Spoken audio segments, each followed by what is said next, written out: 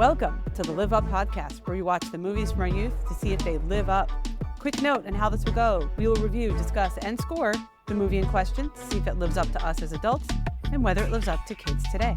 I'm Jess Otterman. And I'm Amanda Treat. On today's episode, we're reviewing the only 80s movie I can think of where the parents don't look a million years old. Because they're actually 20-year-olds wearing special effects makeup. Great Scott! It's 1985's Back to the Future! Nice. Great Scott. Classic. Jess, what is your history with Back to the Future? I watch this movie, and I'd say the whole trilogy, all the time. I'm pretty sure we owned the whole thing on VHS. We had one of those like thick VHS packages with it. Yeah, the 3-pack. The 3-pack. I saw the third one in the theater, but I watched 1, 2, and 3 like a lot. I mean, I pretty much know this movie pretty intimately, and it's something that my brother and I chose to watch together a lot. So this one was definitely one high on my list for us to do on this podcast because I had watched it so much. But nice. I, of course, per the usual, did not read your notes. So I have no idea what your history is with this. I'm scared. Definitely did not see any of these in the theater. Okay. I feel like Back to the Future 3 was on TV. Maybe. And again, I did not have cable the way you did for many, many years. So for some reason, Back to the Future 3 was on television. And the other two were not as much. So I think I've seen that one the most, which is kind of weird. I might have seen 3 the most. 2 and 3, I think I saw more than the first one, for sure. I did not really see 2. That's the weird thing for me. Like, I don't think I've actually ever seen Back to the Future 2 all the way through. I've seen so many clips of it and like the hoverboarding and the like. For folks who don't remember, Back to the Future 2, or even in Back to the Future, future is 2015, which is 11 years ago. Yeah, we've passed it. So I should mention this, that I watched all 3 of these movies with my kids in preparation for this. We're only reviewing the first one here, but I might add a little color commentary for all 3. The second one was my favorite as a kid. It's the one that my brother and I went to the most. Oh my goodness, you're the only person I've ever heard say that. But I think the third one I remember the most just because I saw, it came out a little bit later. But yeah, no, I loved the second one. And I asked my kids what they liked best. So I'll share that as we record. Ooh, okay. Eager to hear that as well. The first one is what we're focused on today, and that one I feel like was very iconic for our elementary school years. I feel like kids in the playground were yelling about flux capacitors and 1.21 gigawatts, or excuse me, gigawatts, because they pronounce it weird in this movie. They do. They do. And I have never seen a DeLorean in the wild, but I would know what it was if I saw it. 100%. I mean, it's like the Cybertruck of its time. It's a terrible car, but... And very weird looking. It's super weird looking, and I remember thinking it was very cool when I was a kid. But watching it now, I'm like, oh, that looks lame. Okay, can we talk about this for a split second? I'm going to circle back on, because we're still on like my experience with this movie. And the driving of the DeLorean, holy shit. Michael J. Fox is like crammed in there, and I get they stuck all sorts of gadgets and stuff like that, but it does not have power steering. Like, he's going 88 miles an hour. He can barely turn that wheel to get around a corner. And like, he keeps hitting his head on the doors, and it breaks down at the most inconvenient moments, which apparently was actually happening to the crew. Like, that wasn't just a plot point. That was like, oh, the fucking DeLorean's broken again. Oh, that's hilarious. Yeah. It sounds like it was a terrible driving experience. Kind of glad that did not survive, even though apparently you could make a time machine out of it if you spent 30 years on it. And had a flux capacitor, whatever the hell that is. I do have one other random tangent, and I did share part of this with you ahead of time. So my Back to the Future experience, I went to Emerson College for graduate school, and like YouTube was kind of like a new thing at the time, but there was this video that went viral of someone recutting The Shining into a rom-com.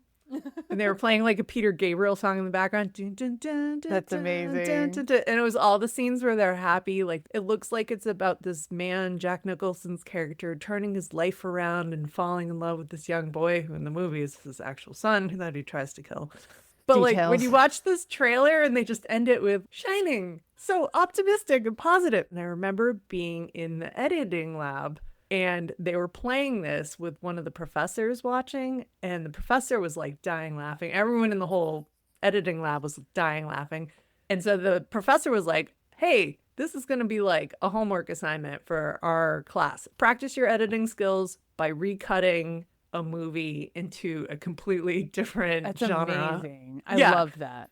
And everyone's like, yay, fun. A few weeks pass, and all of a sudden this new viral video comes out, and it is Broke Back to the Future, which I sent you because it's still on YouTube. It's got 7 million views.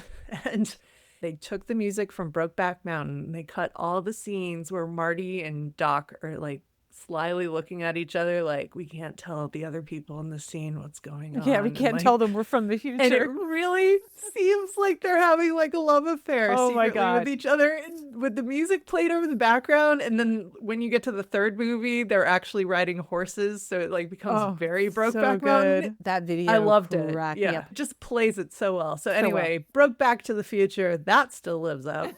Kudos to Chocolate Cake City at Emerson College, who produced that. I think that was like 20 years ago at this point. I will put the link in the show notes for folks. Super funny. But we're talking about Back to the Future. And Jess, would you like to give one of your amazing plot summaries of this movie?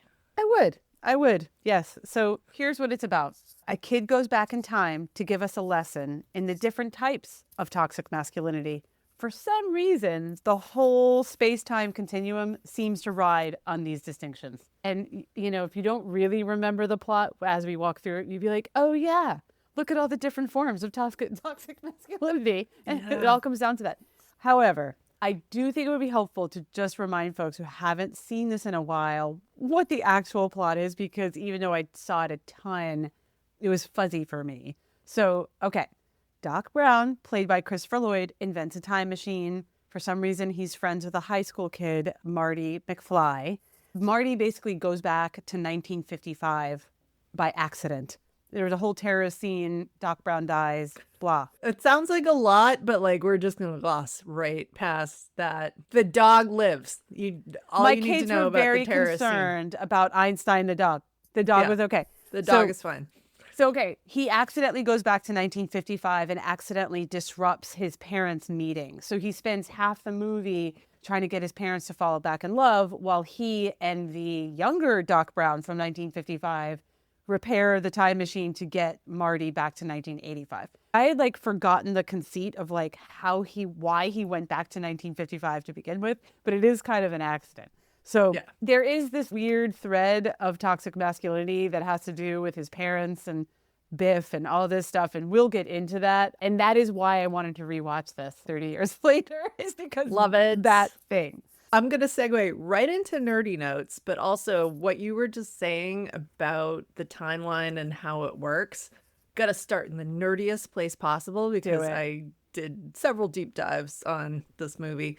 And up until this movie, there were not very many time traveling movies where, well, there were time traveling movies, but all of the characters who went back in time, no matter what they did, had no impact on the future. So they were like these helpless actors that it was just like, you try to go back and kill Hitler, it's not going to happen. Okay, yeah. This was one of the first movies where the butterfly effect comes into play.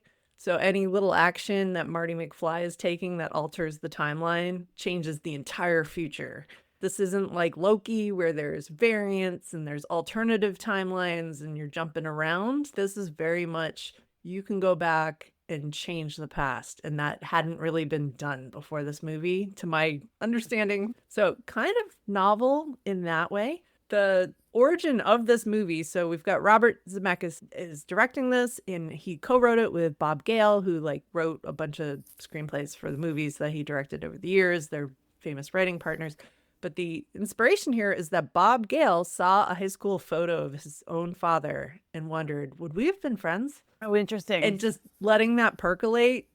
Yeah. That's where this movie came from. Would you have hung out with them? Yeah. Do you like each other? Are you enemies? What's the deal here? There's a whole Oedipus complex going on in this movie. Very awkward, but like intentionally so. And I I came around on it. Like, I think as a kid, I was always, it's supposed to be uncomfortable. Yeah. It could get creepy and weird and like, ooh, yeah, Got a little weird. Careful. This movie is also apparently a strong reaction to the culture and the politics of 1980s America. And Really? the move towards Reaganism, the move towards Christian conservatism. Really? They very specifically wanted Michael J. Fox to play Marty McFly because he was the young Republican on Family Oh, Ties. yeah. That's right. And that they wanted that juxtaposition. He was like so good at being Alex P. Keaton on that show. Yeah. So they tried to cast him. It wasn't working. They cast Eric Stoltz, I believe. They filmed a bunch of stuff and they were like, this is just not working. We want Michael J. Fox. They worked out a deal with Family Ties because they were shooting the exact same time. So Michael J. Fox was on set per his contract shooting Family Ties during the day. And then they set up a station wagon with a mattress in the back. No. Would go pick him up at set, be like, take a power nap. We're going to the Back to the Future set. And that's why so many of his scenes are at night. Oh my God. They are day at night. Yeah. and night. Wow. Burning some midnight oil there. I have Crazy. a question. Yeah. Do you know, if you know this, did they shoot 1 and 2 around the same time?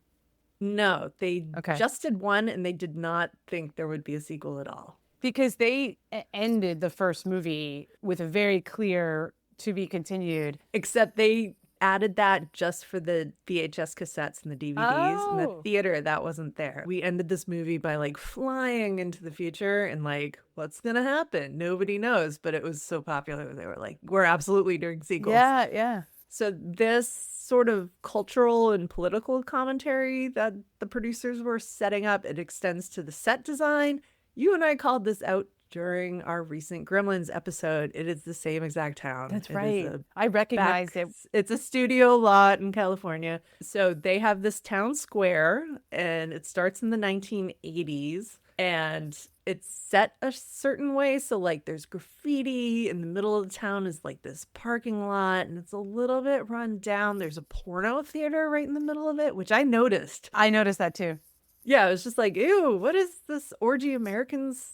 Although that's apparently an actual movie. Oh, good to know. I learned Delightful. something. So with that specifically, so Marty goes back into the past and like you see that parking lot was this big green space that they had in the center of town and like the theater is more wholesome, but like there's also all this shit going on in the 50s because they're making a point like it was not particularly nice then. But when he comes back and he's adjusted the timeline, he crashes into that theater with the DeLorean. Oh, and yeah. it's a mega church. Did you notice that? I did notice that it was a church. That was them taking a swipe at how Reagan was buddying up to like the conservative Christians. Oh, and, interesting. Okay. yeah, that was their reflection of like, well, things are changing, but like it's not necessarily better, and it was not better in the 50s. And I believe that's also the theater where the Gremlins all watched Snow White and sang hi ho. So it's been in a few movies. Been in a few movies, and if you watch like us, Gremlins and Back to the Future close together, you kind of recognize it. Yeah. They go even seedier in movie 2. I mean, in that timeline where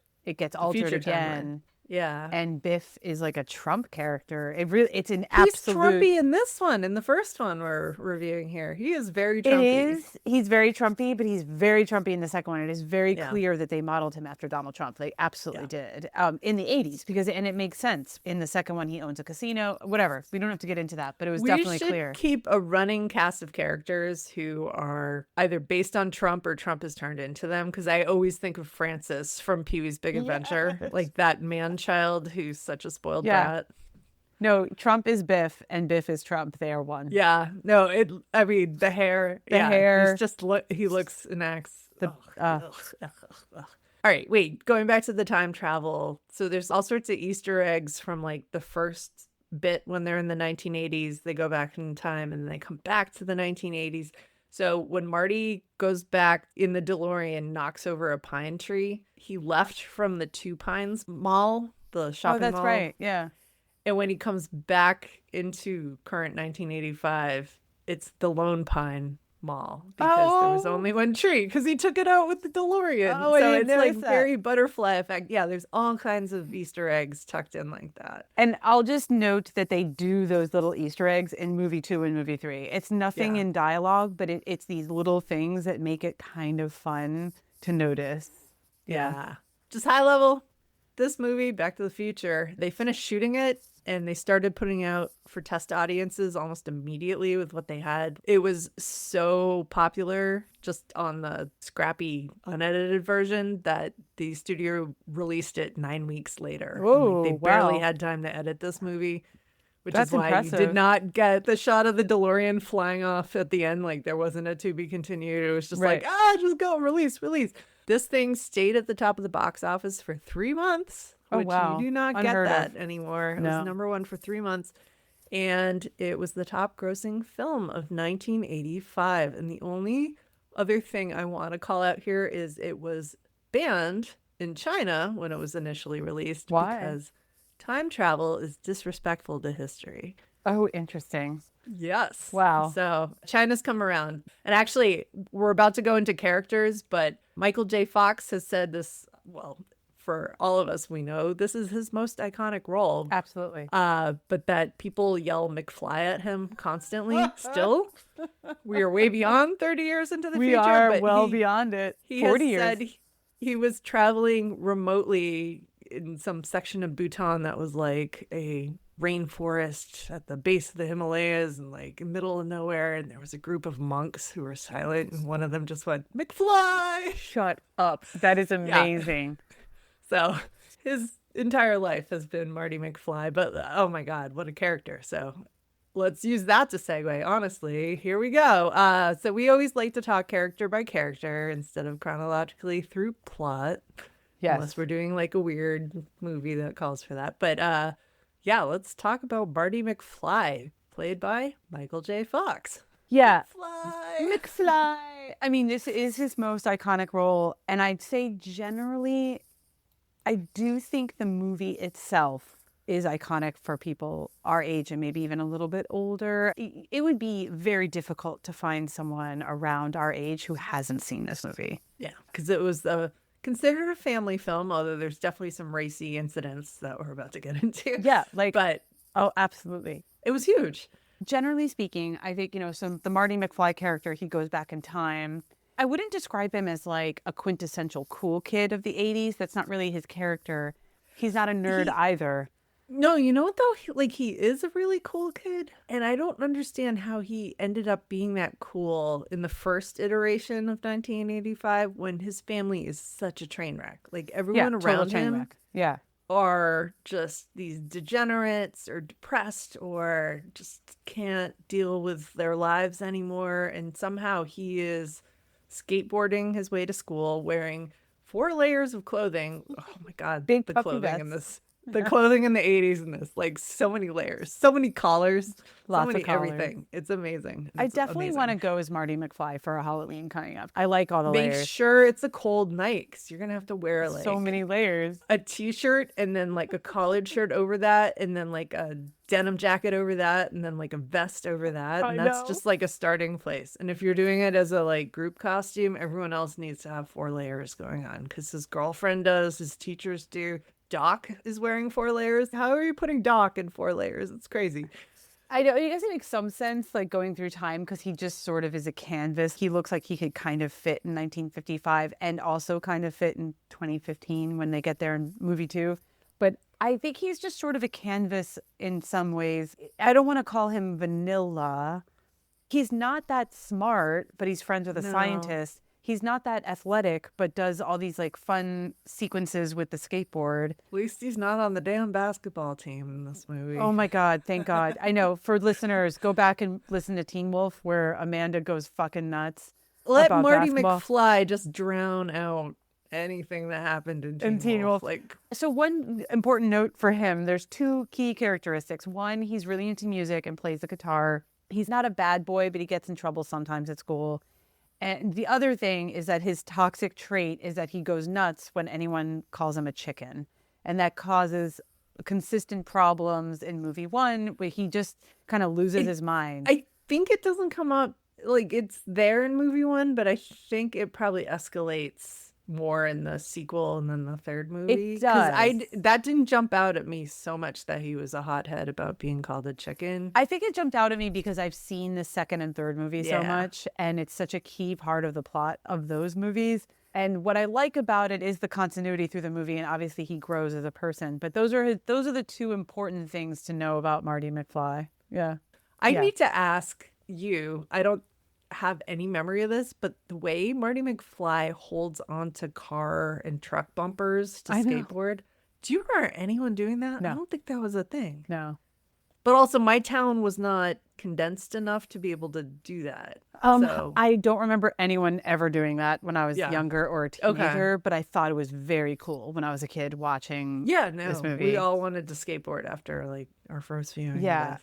And And apparently, Michael J. Fox could skateboard. They weren't faking it for this movie. Like, he was actually doing that and helped choreograph all the skateboarding scenes. so that's super cool to start, right? You know, he's hanging on to bumpers and he's like, skateboarding or whatever. And then there's a scene in 1955 where he encounters Biff as a teenager.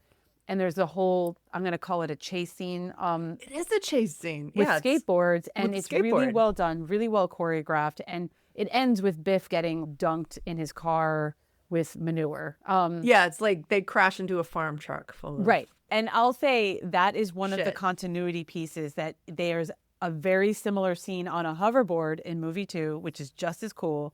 And then there's another scene in movie 3 that also ends with a Biff character getting manure dumped on Yeah. the same actor. And it's really fun to see that continuity. But the sequences themselves are very fun on the skateboard.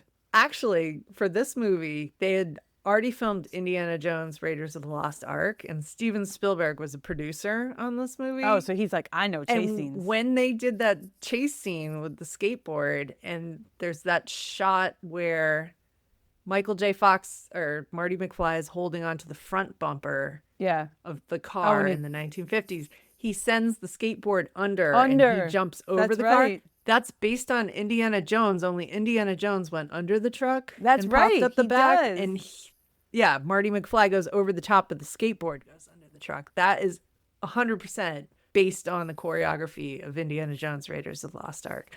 We typically get into this later, but I loved these sequences. There's no CGI involved. It's like real. I mean, I don't know how real it is. There was not a lot of special effects in this, despite the 88 miles per hour and 1.2 gigawatts and minor special effects in this. They were doing all practical for the most part. They choreographed all of the fights, all of the chase scenes. It's great. And like you feel great. it. Like it looks like it's supposed to. And it still looks good, even in the year of our Lord 2026. And my kids were into it. Like, it doesn't look lame. There are some battle scenes that look maybe lame now. Willow is one that might look a little lame to kids now. Yeah, But- they were playing around with weird new effects that Right. weren't fully baked. Without CGI, you're not doing quick cuts. You're really just seeing the whole sequence, and it's very creative. All right. So I think like everyone else in the world, we love Marty McFly. Yeah, and he's just like exasperated. His dad's like a nerd, and he's like, can't you talk to this girl? Him kind of experiencing 1955 is super fun. Like, you really experience it with him, all the differences and what the town looks like. And oh my God, he met his mom who's like weirdly hitting on him. His dad's a nerd. It's so great. And I love that they don't hold back. Like this whole 30 years in the future, you look back on how you were as a kid or a teenager and you erase a lot of the negative stuff. Yeah. Or if you were not even alive then, you hear your parents talking about it. It's just like, it wasn't that bad. Like, they're so mean to me, but like, they didn't have it bad. This movie shows the 1950s unpleasant, like very racist, very sexist. And that's what Marty's growth path is in this movie, is realizing, wait, my dad, my parents, they did not have it easy peasy. But you see Marty kind of growing alongside his parents in a weird way. Yeah, you kind of do. It's really kind of fun. But then he also realizes that his parents are like not as lame as he thinks they are. You know, he knows them in the first iteration in the future. And if folks don't remember, the future changes when he goes back. But like at the beginning of the movie, his family is like super lame, right? They suck. Right, They're they suck. depressed. They're cowards. They're They're still getting bullied by Biff. And Yeah. when he goes back to 1955, it's like that's unwritten. I mean, his dad's kind of a nerd, but he meets them as humans, and I think that's But he had fun. potential, and that was what Yeah. changed. Yeah. Unleashing his potential, to use a motivational speaker term. It's great. All right. So, our other most iconic character from the Back to the Future trilogy, Doc Emmett Brown, played by Christopher Lloyd, who Welcome back in to the this pod. yeah, oh wait, we've had him a few times, haven't we? The Addams Addams Family, Family. Clue. Clue. That's Yeah. Loved And Clue. I think we were joking during the Clue episode about how this could theoretically be the same timeline as Oh, Clue. it could. that Yeah, he you're went right. From being like a mad scientist to he was invited to a weird dinner party and all these people got murdered. He's about the same age and the timeline That's works true. out. And then spends the rest of his life devoted to turning a DeLorean into a time machine. But rewatching this, because I hadn't seen this in a while, I found Christopher Lloyd's performance so spectacular. Spectacular.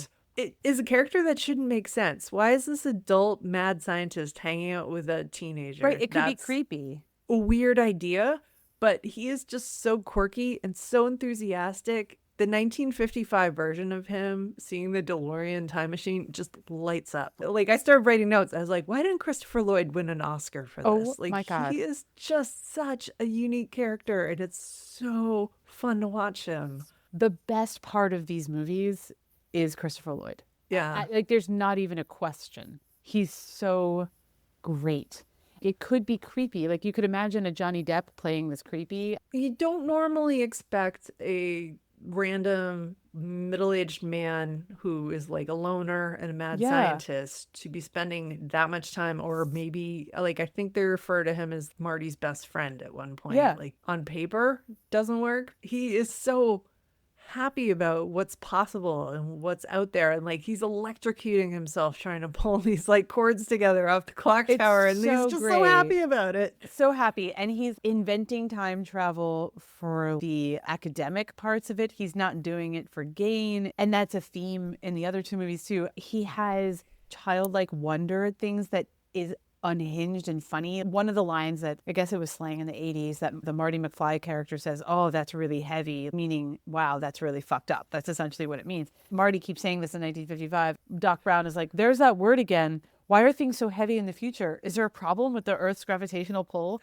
And it's like this like funny throwaway line, and it's delightful. It's hilarious. It's not just the lines, it's the way he delivers it. His eyes are wide. He's so great. Yeah, it's amazing. Amazing. My kids absolutely loved him. He makes the movie. He has a line in this first movie that made me both laugh but cringe a little bit. This is the 1985 version of him. He invents the time machine. He's sharing it with Marty, and he says he wants to go 25 years into the future with the goal of, quote, seeing the progress of mankind. Oh my God, I laughed out loud at that line. He would have arrived just ahead of the Trump announcement about his presidency, and like just having already lived through what his 25 years into the future is. It's just like, oh God, the progress of mankind wasn't what he would have wanted. No. I feel like we're in like a different Biff timeline right now. There were jokes at the time, I think in 2016. For some reason, this became We're a politics we're in the podcast. Biff wins timeline. Oh God. Because in the second movie, not to dwell on this, but essentially Marty McFly in the second movie accidentally alters time. Biff is the big winner, and like Yeah. he's basically And a he's Trump dressed character. like Trump. He looks like Trump. I think it's purposeful from the 80s, like, or whenever that movie was made. There were so many jokes and memes in 2016 about how we're living in the Biff timeline, and that is absolutely where we're living, folks, and it sucks. But getting back to Doc Brown, Yes. he is Stick with the positive, the excited, the bad scientists of it all. And the thing is that he makes it really believable. He's spouting like nonsense about the science of time travel, and nonsense about even in 1955 when his younger self is realizing what he had essentially accomplished. He's just like all in on the project. It's fine that this rando teenager from the future comes and finds him and needs him to fix a time machine that he built in the future. Like, you He's so actually believe it. excited. It validates that he is actually going to make something of his life. I watched, oh no, I don't even know which video it was that delved into this. One of the other, and I regret I can't think of who I was watching, but was making the comment that Back to the Future is understood, or like the log line for it is a guy, a boy, a teenager goes back in time and saves his father. Interesting. Only that the way it's filmed, he is going back in time and he's helping his father George become a better person in 1955.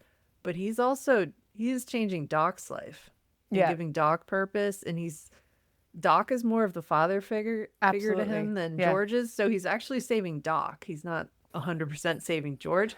Yeah. And like, I think people always interpreted the log line as like he's going back and he's fixing his parents' relationship, but it's like he's going back and he's saving Doc's life in the sense that he's giving him purpose and literally giving him a note that's like, wear a bulletproof vest or something. Yeah. So this is a crucial plot point, if folks, because I didn't remember this that much. I mean, total long story, but to build his time machine, Doc Brown has to steal from Libyan terrorists. Don't ask too many questions. He tricks them into stealing nuclear materials so that he can power the DeLorean time machine. But now he's got these terrorists on his back. The Libyan terrorists find him, and in a chaotic moment, they kill Doc Brown. Marty McFly is like essentially trying to escape and accidentally goes back to 1955 because the DeLorean goes higher than 88 miles an hour while he's trying to escape the Libyan terrorists. The movie doesn't even spend this much time on it. You're They're right. just like, but it's a crucial piece because basically Marty knows that Doc dies and he keeps trying to tell Doc in 1955, sort of tries to give him hints. And then he ends up at the end kind of writing a letter and tucking it in his pocket. Doc Brown has this thing like, no one should know too much about their future, which by the way is a theme that they carry through in the other movies. Marty gets back to 1985. He basically witnesses Doc getting shot again. But Doc then had clearly read the letter and wore a bulletproof vest, and his life is saved. And that's his fourth layer because he has at least. Oh my God! Yeah, that makes maybe the fifth layer. But I think that the crucial thing is that he loves Doc Brown, and not in a creepy weird way. And then he has to do the same thing again in movie 3. He goes back to 1885 to save Doc's life. You're like, of course he has to save Doc. He loves Doc as a father. Like it's so clear. Yeah, I mean, they're Rick and Morty right here. And my kids were in on that too. They were just like, they were totally in on the plot device of we have to save Doc's life. I mean, in some ways, this is very much framed as Doc's movie. Marty gets all the screen time, but it starts in Doc's mad scientist house. You see all his crazy the Rube clocks. Goldberg. The Rube Goldberg machines, like, so good. Yeah, we're in a mad scientist's house. Yeah. And, he's got his framed photos of Einstein and, I forget the other two. He names his dogs after scientists. Yeah, he's got a dog named Einstein who he sends to the future by 1 minute. My kids were very concerned. The dog is fine. Yeah. It really does look like they're going to kill the dog. My kids are like, is the dog okay? They were very concerned. I have not been to this website, but I've heard there is a website. It's called like doesthedogdie.com. And you can go check different movie titles. This happened in and find Jaws out, like, too. John Wick. No. Jaws. No, the dog. Yeah. Back to the Future. Yay. But yeah, we're starting and ending in Doc's Funhouse world. And this is another point of continuity that they carry through to the other films. Like even when you go back to 1885 in movie 3, there's a crazy Rube Goldberg machine there too. Like it's I love these little things, and it's part of his character. He's a nut job, but he's so lovable. He's so good. His eyes are like bugging out of his head. Oh wait, I totally forgot our first episode. Christopher Lloyd is in Who Framed Roger Rabbit too. Which is another Robert Zemeckis movie. Yes. All right. We are big Christopher Lloyd stans on this show. I totally forgot. So good in everything. And for folks who don't remember, he plays essentially the villain in Who Framed Roger Rabbit. He was a trauma scene, I think, for all of us in Who Framed Roger Rabbit. That was so scary. I'm thinking of it right now. I almost want to watch that again. Yeah. Oh my God. He plays unhinged very well, and he translates to kids. All right, we have so many more characters we gotta get to. Just a couple. 3 more big ones. Yeah. Marty's parents, we see them both in 1985 and 1955, various iterations of them. Let's start with Lorraine, played by Leah Thompson, who, again, these parents finally do not look like they're 60 years old, unlike Adventures in Babysitting and all these other movies we reviewed. Leah Thompson was 23 years old, and she was sitting in the makeup chair for 3 hours before every shoot where she had to play a 47-year-old. And they like make her neck really fat. Oh, yeah. God. I think she's really good in this. She's like great. She goes from being depressed mom to boy crazy teenager to being like cool mom. Totally. And like kind of cool mom and the creepy Amy Poehler and Mean Girls. In Mean Girls. Like Yeah. she's that kind of cool mom, but like the parents do get douchey in the future version where Marty's fixed the timeline. Like they are 80s assholes by the end of this movie. They are, but you're happy for them for being 80s Yeah, assholes. they're better than being depressed. So basically what Marty does is he disrupts them meetings. His grandfather essentially should have hit George with a car. Marty sees that this could happen. He pushes George out of the way and he gets hit by the car. So then when he's in his mom's childhood home, Leah Thompson sort of like starts to have a crush on Marty instead of on his dad, George. Yeah. And when the way that Marty coaches George, and we could talk about this, is basically to be a toxic male. But the Lorraine character, the start of the movie, she's very much like old school. Like she's so lame. When Marty's girlfriend calls, she's like, no girl should call a boy twice. I don't like her. And then when she has more confidence in the revised timeline, at the end of the movie, she loves the girlfriend. So this is a whole debate the cinema therapy guys have, and I love that show. So I'm plugging someone else's podcast here, but you know they listen to us too. Come on. Yeah, of course. Their dive on this was there are parents who are either can't remember how they were as teenagers, and is Lorraine one of those? Like she can't remember that she is boy crazy, or is she lying to her kids? They were arguing like she, regardless of who got hit by her dad, she was going to be boy crazy about who was lying with a concussion in the bed. Hey, points for another concussion plot point. That's in one right. Of these movies, by the This way. and Pee-wee. We celebrate some concussions We on do. this podcast. We like the head trauma. So she either didn't remember that she absolutely would have been calling boys, or she didn't want her kids to think she was the type of person to call a boy. I mean, either way, she's changed to be cooler, that she's okay sharing that. I guess to me, it doesn't matter at the end. Yeah. And if folks don't remember, she is boy crazy and she like has a crush on Marty, who's her son, which is weird, and tries to make out with him in the car. She's like sneaking alcohol in the car. I mean, how would you ever know that was your son? They're leaning in very hard. This is absolutely the story of Oedipus, but like at least Marty knows. She doesn't know. This is not on her. She doesn't know, but my kids were like, what the actual fuck? I mean, ew. Yeah, no, it's supposed to be uncomfortable. It is. It's very uncomfortable. I remember it being weird as a kid, but watching as an adult, now that I have my own kids, I'm like, that's really fucked up. Just like, and yeah. yeah, there's the pivotal scene is Lorraine in the car. The plan is that Marty is supposed to sort of get frisky with Lorraine, his mom, going to the stands. And he assumes that that's not what she wants and that he wants George to come and disrupt it and like save the day. But then everything gets turned on its head. She's smoking, she's drinking. She's like, yeah, let's fool around in a car. Yeah, pretty much. Yeah.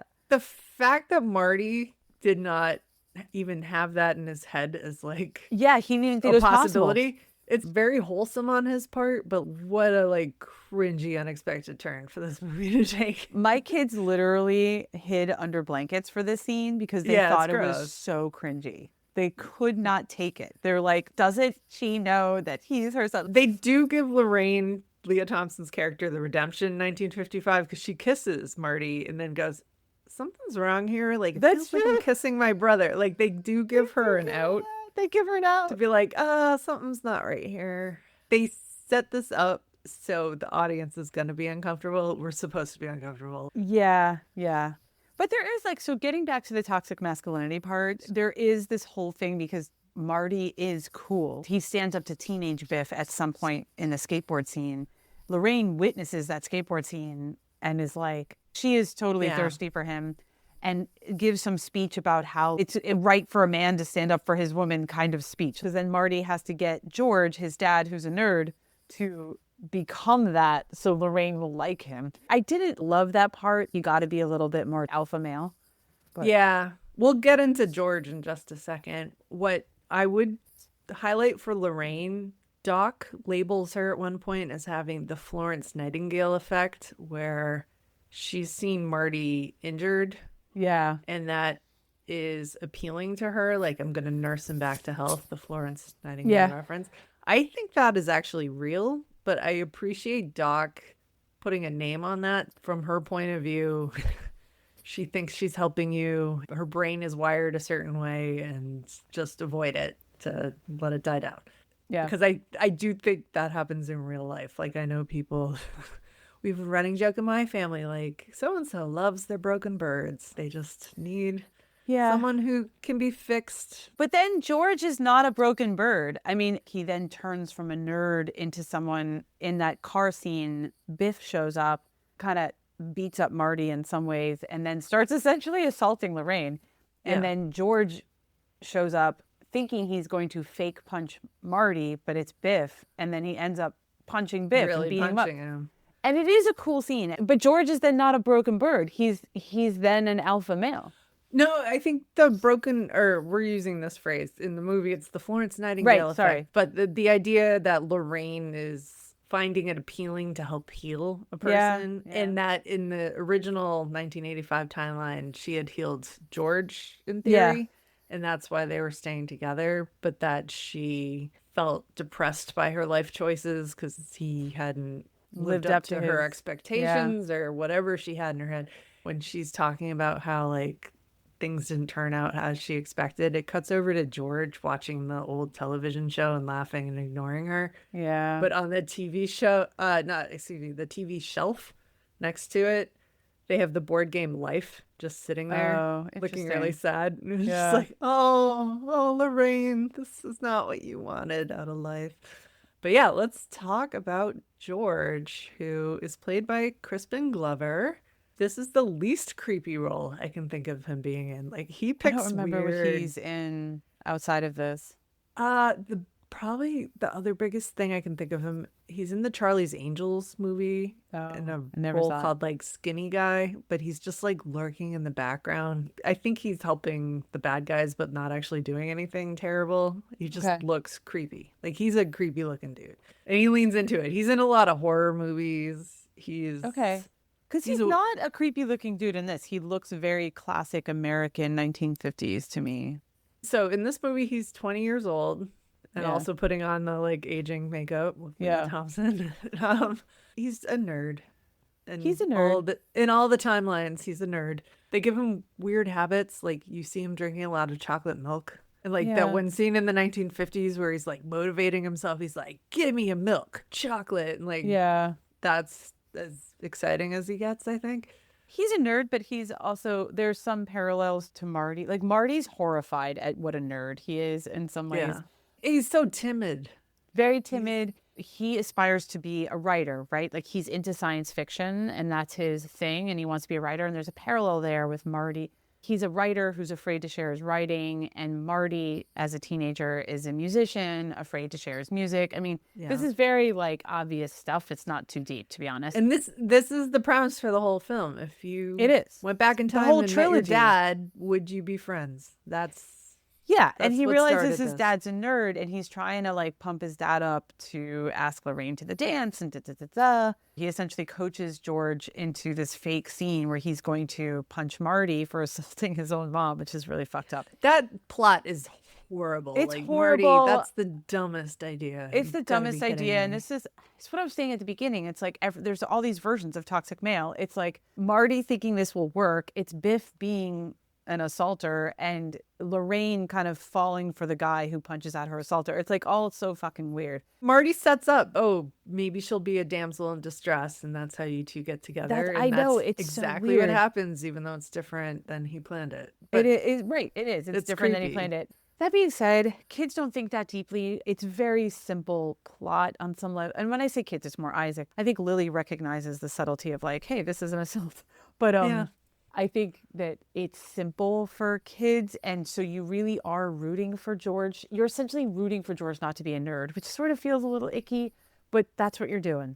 I guess the one good thing is that then in the future iteration of George, he has confidence, right? So he embraces his nerddom. He's a writer. He's a total douchebag in the He's a douchebag, but he at least wrote his books and is a novelist and is a confident person. And it's actually then the tables are turned and he is no longer beholden to Biff's bullying. That's a good plot line. I don't like that he has to be a toxic dude to get there, but it is what it is. So there's a really subtle thing, and I don't know why this jumped out at me, but the moment where George gains his courage and he punches Biff and becomes a whole new person for doing it. He punches Biff with his left hand. Yeah. And everything he's been doing up until that point has been done really poorly with his right hand. Oh, I never noticed that. And one of the videos I watched, they were calling out, like, in the 1950s, you had all these left-handed people that they were forcing and like slapping across the wrists. Like, you can't be left-handed. You need to be right-handed. Oh, interesting. And like cutting people down in that way, and that they were implying that George was one of those kids that was like, so he "You're was not allowed actually to be left-handed. Yeah, because he I like that. slugs Biff with his left hand and is like holding it like, "Ooh, I think I broke it," almost face, but also, "Oh my God, I'm so excited. I finally punched that guy who had punchable face this whole time." Yeah. We're all in at this point. Yes, Marty, do what you gotta do to make George cool. Yeah, and I know I watched all three movies, but the parallel with the dad's story follows through in the second movie. What I liked about the continuity is that Marty becomes George, essentially, in an alternate 2015 timeline where he lets himself get bullied. He's not pursuing his passion. And it's a very simplistic parallel of like he's essentially living the bad version of George's life. Yeah, we're just focused on the first one. We are, but what I like is the parallels of live your truth kind of You're parallels. turning into your father. But live your truth. Like Like, the worst either case. be a nerdy writer, be a musician. Like there's a good Yeah. lesson there that's simple enough for kids. All right. Well, we have talked about all of our heroes, but we've got to talk about the bad guy. Bad guy. Biff, played by Thomas F. Wilson. Good for that guy, honestly, because he was such a sport. He sounds like he's a very nice person, and he was willing to be like a comical jackass in all of these movies. He's a great villain. He's a punching bag, and they're dumping manure on him. They're They punching are. him in the face. He just comes across as such an ass. And I kept comparing him because we just did a review of Stand By Me a few months ago. And it's the same sort of 1950s gang where they're driving Absolutely. around in a convertible car, and he's got his backup guys who are just like, "Yeah, man." Only if you're comparing this character to Kiefer Sutherland's bully in Stand By Me, like, this guy is not cool. He's He not is cool. just a He's not as threatening. loser. Yeah. Kiefer Sutherland has a menacing quality to him. Biff is pretty two-dimensional. He's just a meathead. Yeah. Yeah, but he's a super fun villain to have here. He does a good job of playing the villain. I think he's exactly what this movie needs. Thomas F. Wilson as Biff is palpably big.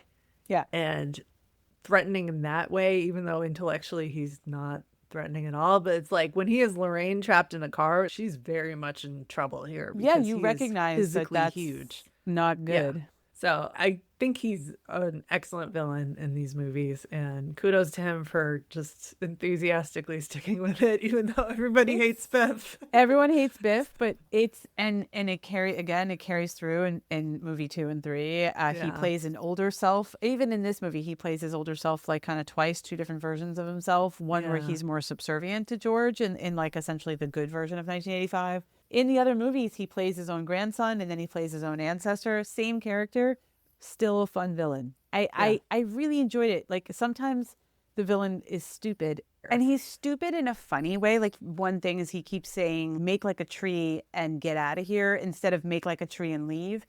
You know, so he's not saying the pun correctly. And that also carries through in movie 2 and movie 3 where there's other sayings that his other ancestors or future grandkids get wrong. And it's actually hilarious to me because he's not evil. He's just really kind of dumb. No, it's very genetic how stupid and bullying. It's stupid and bullying, but it's also like, it's just threatening enough to move the plot along. It's not Alan Rickman as Sheriff of Nottingham unhinged, you know? No. It's not Alan Rickman in Die Hard either. He's not that smart. And it's not Alan Rickman as Snape. It's I mean, just he's not just Alan, the best it's villain. not Alan Rickman in anything, but like... But we appreciate this performance. I appreciate it, actually. I do. It was fun. Yeah. All right. So we have a few other characters that are lesser characters, but we just want to call out, starting with the woman who has to be our 80s mom of the year. Frances Lee McCain is back as Lorraine's mom and Marty's grandma. She was in Gremlins. Oh, right. She was in Stand By Me and didn't have any lines because she was just like the super sad mom. But she's the mom who goes on like a killing spree in Gremlins. We loved her. And it's Great. the same town. So like maybe this is the same timeline.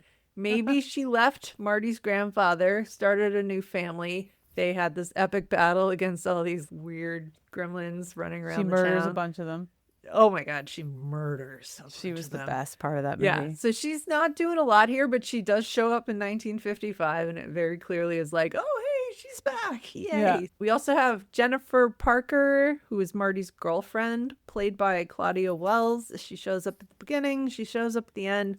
She doesn't get to do a whole lot, but she does nothing. She doesn't. Well, she moves things along in a way. She's setting some MacGuffins up. Like she gives her phone number on the back of the flyer that's like, the clock tower got struck by lightning at exactly this day and time that they have to harness when they go back to 1955. Yeah. She somehow gets to go in the car when they fly to the future. And then unfortunately, she had to duck out because her mother was dying, I think. The actress's mother was dying. So she was replaced by Elizabeth Shue in the sequel, and then they tied her up and didn't do anything with her. She does nothing.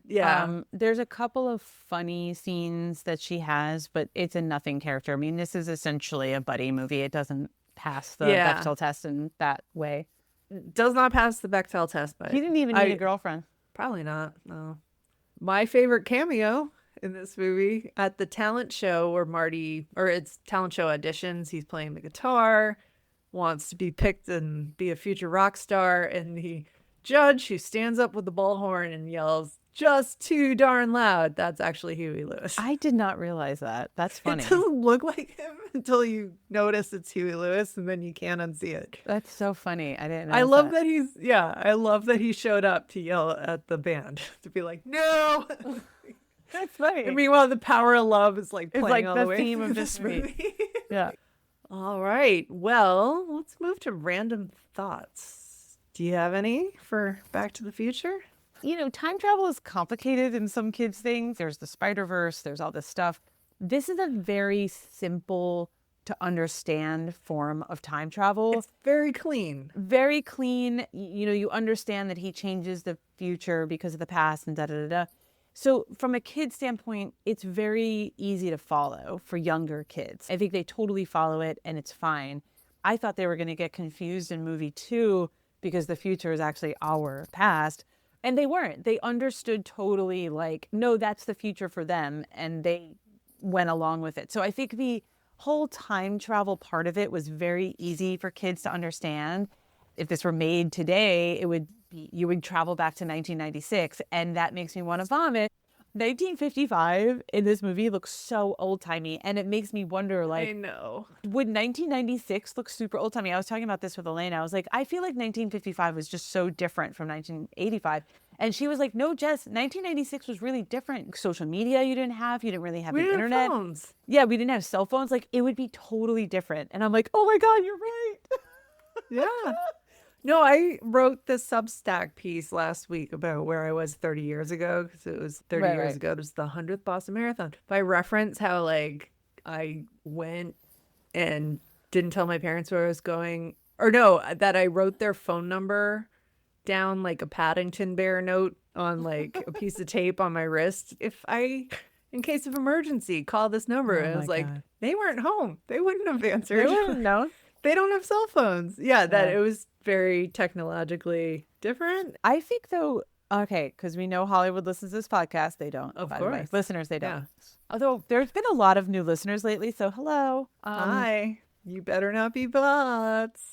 You might be. Hello, bots. So what LLM are we training on our voices? Oh my God. When we had reviewed Beetlejuice and we talked about the potential for a sequel before we knew that was even happening, I would say this is a trilogy that could get remade and done pretty well. I love the original. There is a legal clause that Zemeckis and his co-writer put out there. They need to die before this ever gets rebooted. Really? Yeah, they don't want anyone but these original characters touching this universe. Interesting. Yeah. I think it could actually be redone really well and redone as a series. Was a TV series for a little while. It Oh, didn't really really? go anywhere. Yeah. I just feel like the idea of going back to the 90s is appealing pre-social media, pre-cell phone, Yeah. and it could look at just as different. You could almost do it and not change too much, although I would change the assaulty parts of it. And you'd make the female, Yeah. you'd probably play up the girlfriend character. Like the 50s are very different from the 80s in the way that the 90s would be very different from today. And Yeah. it's very fun to watch that. Yeah. Yeah. All right. So Jess is taking the DeLorean back to 1996, which I am. there were no DeLoreans at that point either, but here we are. It's all right. You're going to take a Tesla truck to Oh 1996 and you're going to have to hide that in my a God. barn because people will think, what the fuck is That's this space machine? incredible. Other random thoughts. Oh, I mentioned this earlier, just the like Marty goes back to in time to save his dad as the unofficial log line of this movie and how it's kind of applying equally to George and Doc. But when they're shooting Michael J. Fox with both Crispin Glover and with Christopher Lloyd, Marty McFly's or Michael J. Fox being 5'4", they're always putting him in the foreground. So they're framing him with these two male figures exactly the same. Like they're always pacing in the background. So Yeah. you have that scene where they're like, where Marty's pitching this terrible assaulty plot. Yeah. You see the dad pacing around with the laundry line in the Oh, background. that's right. And Yeah. at one point, like picks up a bra and they're like, no, like put it down.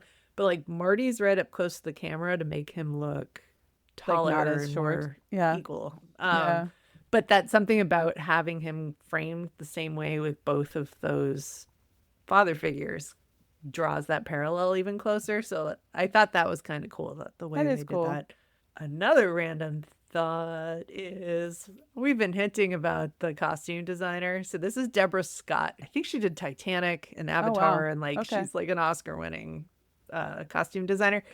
I could not stop counting how many layers all these characters It was were in. weirdly noticeable. I don't Yeah, typically it was like, notice oh, that his stuff, but- girlfriend has like a lacy tank top and then like a and a button down denim with a twist jacket over and it, and then this and another this. thing over it, and then another thing over that. How are they wearing so many layers? That must be so hot.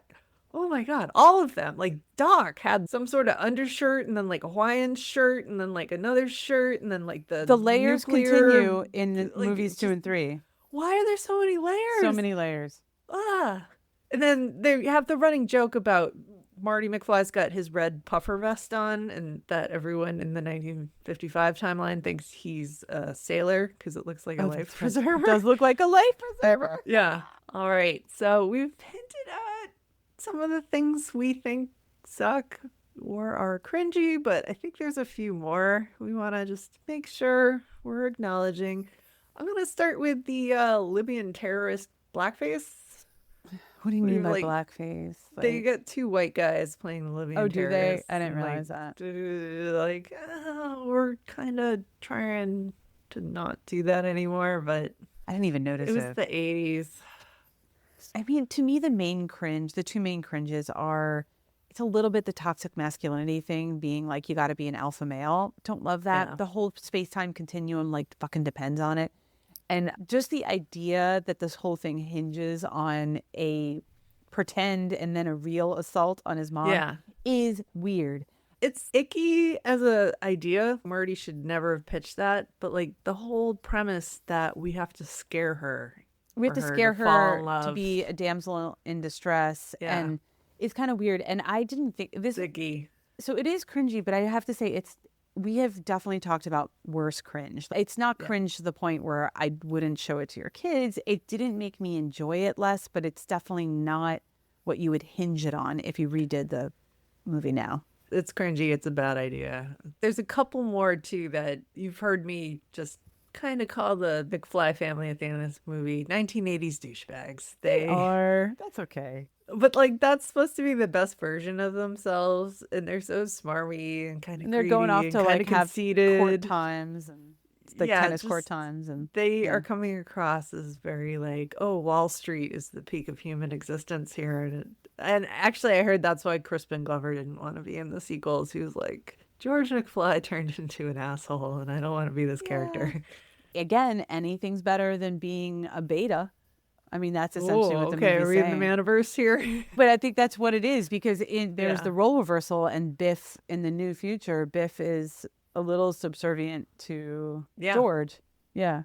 So Yeah. George is an asshole. They switch So places a little. Yeah. toxic masculinity is still dominant at the end of this movie. Yeah. The scene where Marty lives out his guitar fantasy, he finally gets to be in the band, and he's playing Johnny Be Good at the school dance in 1955. It's cringe. But the implication that Chuck Berry learned the music style from Marty, It is ridiculous. it's just annoying. Apparently, Chuck Berry did not like that either, and they had to pay him off $50,000 to just put that clip in. I wouldn't Because fucking he like was that like either. absolutely not signing off on it, and they had to bribe him $50,000 for like a song cover in the 1980s. That's steep. So that guy held his ground and got paid. It's just something slightly cringe where you have a band of all black performers and then Marty McFly comes A in white and teenager. crushes it. Yeah. And it is a little fun to watch him play and get into it. And then it gets a little weird, which is funny. But there is something like a little cringe about it for sure. Yeah. All right. So we've acknowledged all of that, but then we always like to end on things that are good or great or awesome. What do we have? So I've talked about that. I enjoyed the time travel aspects. The two other things I love, and this is the franchise piece, I love the continuity through all the three movies. So if you do watch this and then watch the other two, themes continue in a way. Little things like you were saying, it turned from Two Pines to Lone Pine. Those types of things keep happening in the other two movies, and it's really fun to notice them. And then the other thing I just think is great in this particular movie is the whole hijinks scene at the end where Marty's trying to get back to the time machine while Doc Brown is trying to hook all this shit up to the lightning striking the clock tower, and all these obstacles fall in his way, and he ends up like hanging off of one of the second ultimate hands. Rube Goldberg machine, and But he's a part of it. He's getting electrocuted. He's getting I love it. electrocuted. He's flying down on the wire. Like, of course, he's going to make it, but it's very fun and it's all practical effects. And Marty's encountering his own obstacles to get there. It's not dumb. It's very believable. And this also happens in movie 2 and 3. I think it's a great scene. Yeah. And Actually, you it's know what I've joyful. always loved about that is they hold for the second after Marty disappears. The flaming tire tracks go up the street and they Yeah. don't immediately follow Marty back to 1985. They stick with Doc, who is so They excited. do. And he's like dancing in the flaming tire tracks for just that moment there. Yeah, and he's so joyful about He's it. celebrating like, I did this and I'm gonna do this again, and this is what I'm gonna do with my life. And Yeah. he's so happy. I love He's that. so happy. This is Doc's movie, isn't it? That we is need- such a we good need point. Doc to celebrate right here. He needs It a is win. Doc's movie because he makes the movie. Like you could have had someone else play Marty McFly and still love this movie. I do not think you could have had Or anyone else. you play could have Doc. swapped out Doc is working with another person. It doesn't need to be a teenager. It doesn't need to be. It could have Yeah. been like the random cat lady next door. And we sent her Random back to cat lady. 1955. Like It's whatever. so great. It could have been anyone. One thing we haven't talked about is Alan Silvestri did the score for this, and it's a great score. awesome. This building fanfare, the entire length of the movie, like it's just the music is building and building and building. And then the triumph of them finally getting that car up to 88 miles per hour off of a lightning strike, and you get to hear the full theme finally. They've only been playing like little bits and pieces of it the whole time. Yeah. It's so satisfying. It's a really, really good score. I would put it up there with like a John Williams. I actually looked up whether Score. John Williams did the score only because it's so good. It's like a great adventure movie score, and yeah, awesome job on this. So any closing arguments or closing thoughts before we go to ratings? I was surprised that I enjoyed it as much as I did when I was younger. I expected more cringe, and it's fun for me to watch my kids get as much joy out of it that I did. It could have been dumb and it wasn't. I will build off of that. I have not seen this in a very long time, even though I'd seen it a couple times as a kid. I think in our heads it was all like, oh, he goes back in time and he kisses his mom, and like we do That is remember the weird. cringe of that. Yeah. I thought the depiction of both 1985 and 1955. Like, they're not sugarcoating anything. They're not making it, oh, remember the nostalgia of going back to the 1950s. Like, they are racist. They are mean. They are, Yeah, there's like, bullies there too. It you makes it need more to, authentic. I it mean, really, yeah, you have to navigate within what it actually was, not what you remember was a good time. yeah. I appreciated that. And again, just gonna close on Christopher Lloyd just made me so happy in this movie. Yeah. I forgot how much fun he is playing Doc Brown. Yeah, he makes the movie. We talked about how Jack Nicholson made the Batman movies. I mean, he was the villain in that, but that without that almost unhinged quality. In Batman, it was more like, what the fuck is this guy gonna do? But Yeah. in here, it's Well, just in more this, it's innocent. also what the fuck is this guy gonna do? That's But like, it'll true. probably be good. It'll probably be good. Don't kill the dog. Yeah. Oh, the dog's okay. All right, we're good. We're good. One thing with the dog is in the third movie, and I forgot this, he comes back from 1885 specifically to get his dog. Oh, that's so sweet. Isn't I that so forgot great? that detail. I loved Oh, that detail that Einstein he the comes dog. back for the dog. And to say, like, obviously there's a scene at the end of movie 3 with a final goodbye to Marty, but like he comes back for Einstein the dog. And my kids really liked that. Yeah. Oh, see, the Yeah. dog doesn't die. This movie, Yeah. success. All right, let's go to ratings. So, Jess, do you want to explain how our ratings work? Yes. So, folks who are new to us, and I think we have some newbies, we're going to rate this from 1 to 10 for adults and then kids. So, 1 being garbage, 10 being at the level of Princess Bride. And so, we will start with adults. How did it live up for us? Do you want to go first? I'll give this an 8. An 8. That's much higher than I thought you were going to give. You are usually very cranky for this rating. So, No, just for the cutting edge. oh, Jesus Christ. So- Such a bummer. Anyway, This Just movie, the I cutting hadn't edge. seen it in Fuck a you, Amanda. while.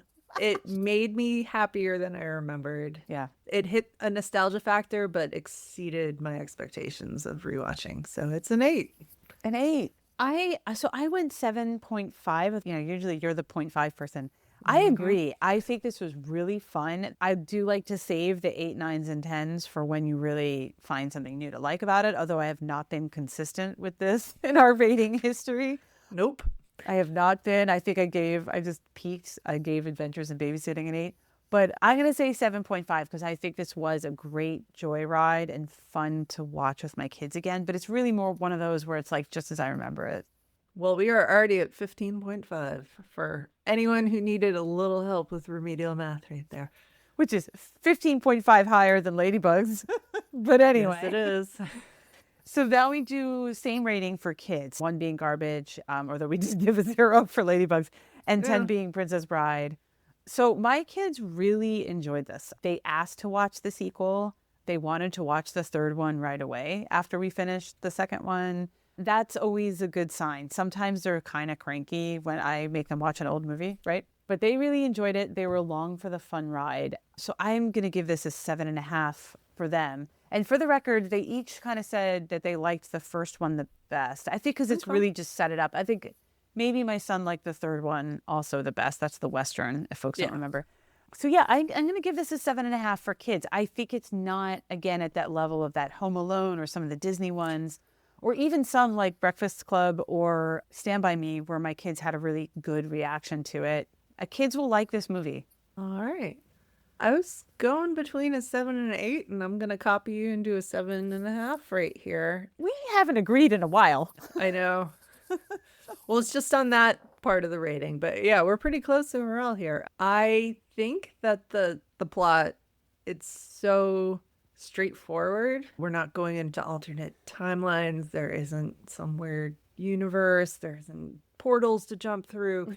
We're just driving a DeLorean at 88 miles per hour in a straight line. And like, I think that's very clear and easy to follow, even if the terrorist thing is kind of random and out of the blue. But this movie doesn't think too hard about that. I'm not going to either. It's just fun. Like, it's not making you think too hard about physics, even though it's pronounced gigawatts and not gigawatts. But like, Who cares? We just have fun. Have Let it fun. go. Having a 1985 kind of time. So I think it's a 7.5. I think kids probably still like the fact that they're trying to get the car to go fast enough, and that Doc's there literally plugging cables together, and his hair looks like he's already exploded, and here comes the lightning, and here's the this and that. It's fun. It's a fun movie. It's really fun. Yeah.